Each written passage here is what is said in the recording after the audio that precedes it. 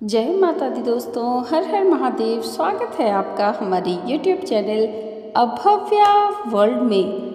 दोस्तों, आज से श्रावण मास प्रारंभ हो चुका है, तो आइए सुनते हैं श्रावण मास के महात्म्य की कथा का पहला अध्याय।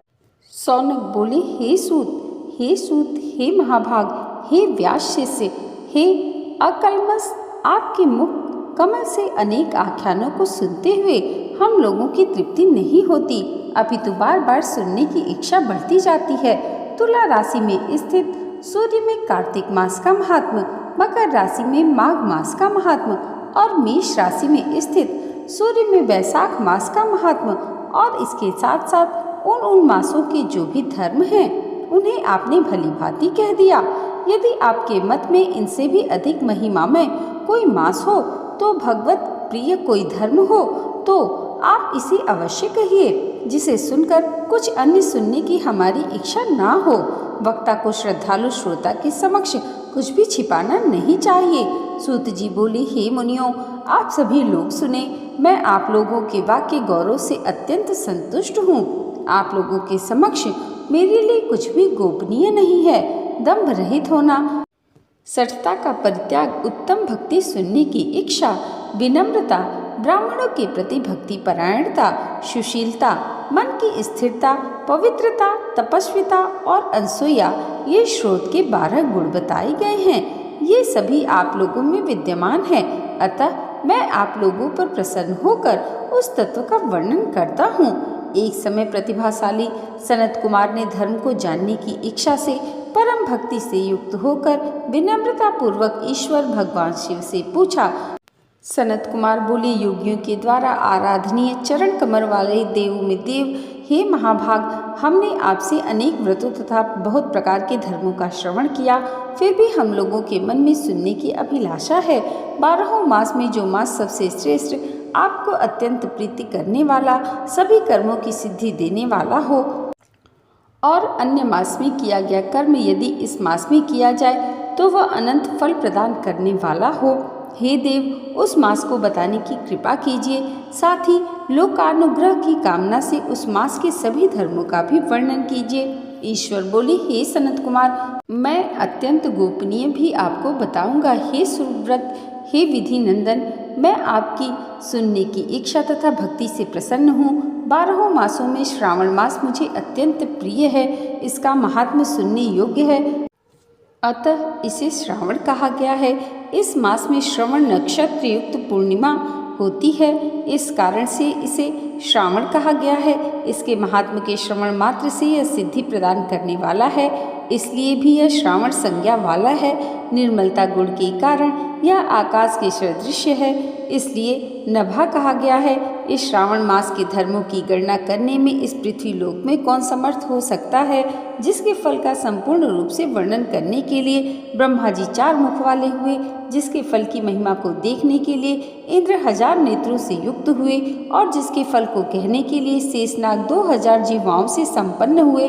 अधिक कहने से क्या प्रयोजन, इसके महात्म्य को देखने और कहने में कोई भी समर्थ नहीं है। हे मुने, अन्य मास इसकी एक कला को भी प्राप्त नहीं होते हैं। यह सभी व्रतों तथा धर्मों से युक्त है। इस महीने में एक भी दिन ऐसा नहीं जो व्रत से रहित दिखाई देता हो।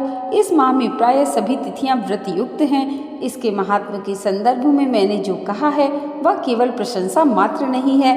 आर्तों, जिज्ञासुओं, भक्तों, अर्थ की कामना करने वाला, मोक्ष की अभिलाषा रखने वाले और अपने अपने अभिष्ट की आकांक्षा रखने वाले चारों प्रकार के लोगों, ब्रह्मचर्य, गृहस्थ, वानप्रस्थ, संन्यास आश्रम वाले को इस श्रावण मास में व्रतानुष्ठान करना चाहिए। सनत कुमार बोले, हे भगवान, हे सत्तम, आपने जो कहा कि इस माह में सभी दिन एवं तिथियां व्रत रहित नहीं हैं, तो आप इन्हें मुझे बताएं। किस तिथि में और किस दिन में कौन सा व्रत होता है? इस व्रत का अधिकारी कौन है? इस व्रत का फल क्या है? किस किसने इस व्रत को किया है? उसके उद्यापन की विधि क्या है? प्रधान पूजन कहाँ हो और जागरण करने की क्या विधि है? उसके देवता कौन है? उस देवता की पूजा कहाँ होनी चाहिए? पूजन सामग्री क्या होनी चाहिए और किस व्रत का कौन सा समय होना चाहिए? हे प्रभु, वह सब आप मुझे बताएं। यह मास आपको प्रिय क्यों है? किस कारण यह पवित्र है? इस मास में भगवान का कौन सा अवतार हुआ, यह सभी मासों में श्रेष्ठ कैसे हुआ और इस माह में कौन कौन धर्म अनुष्ठान के योग्य हैं। हे प्रभु, यह सब बताएं। आपके समक्ष मुझ अज्ञानी का प्रश्न करने में कितना ज्ञान हो सकता है, अतः आप संपूर्ण रूप से बताएं। हे कृपालु, मेरे पूछने के अतिरिक्त भी जो शेष रह गया हो उसे भी लोगों के उद्धार के लिए कृपा करके बताएं। रविवार, सोमवार, भौमवार, बुधवार, बृहस्पतिवार, शुक्रवार और शनिवार के दिन जो करना चाहिए, हे विभो, वो सब मुझे बताइए। आप सबके आदि में आविर्भूत हुए हैं, अतः आपको आदि देव कहा गया है। जैसे एक की विधि बाधा से अन्य की विधि बाधा होती है, वैसे ही अन्य देवताओं के अल्प देवत्व के कारण आपको महादेव माना गया है। तीनों देवताओं के निवास स्थान पीपल वृक्ष में सबसे ऊपर आपकी स्थिति है। कल्याण रूप होने के कारण आप शिव हैं और पाप समूह को हरने के कारण आप हर हैं।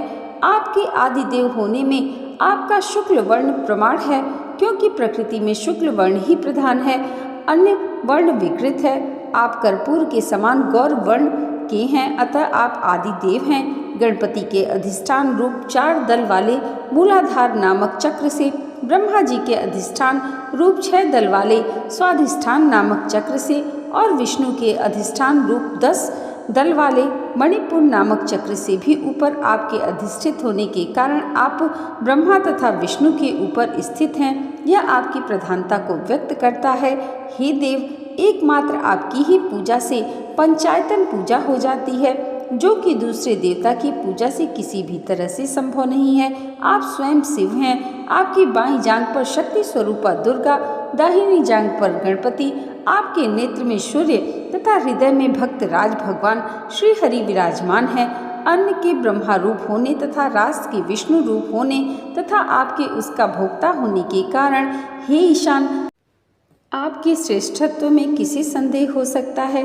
सबको विरक्ति की शिक्षा देने हेतु आप स्मशान में तथा पर्वत पर निवास करते हैं। जगत का संहार करने वाले हलाहल को गले में किसने धारण किया? महाप्रलय की कालाग्नि को अपने मस्तक पर धारण करने में कौन समर्थ था?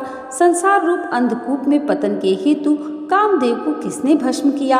आप ऐसे हैं कि आपकी महिमा का वर्णन करने में कौन समर्थ है? एक तुच्छ प्राणी में करोड़ों जन्मों में भी आपके प्रभाव का वर्णन नहीं हो सकता। अतः आप मेरे ऊपर कृपा करके मेरे प्रश्नों को बताएं।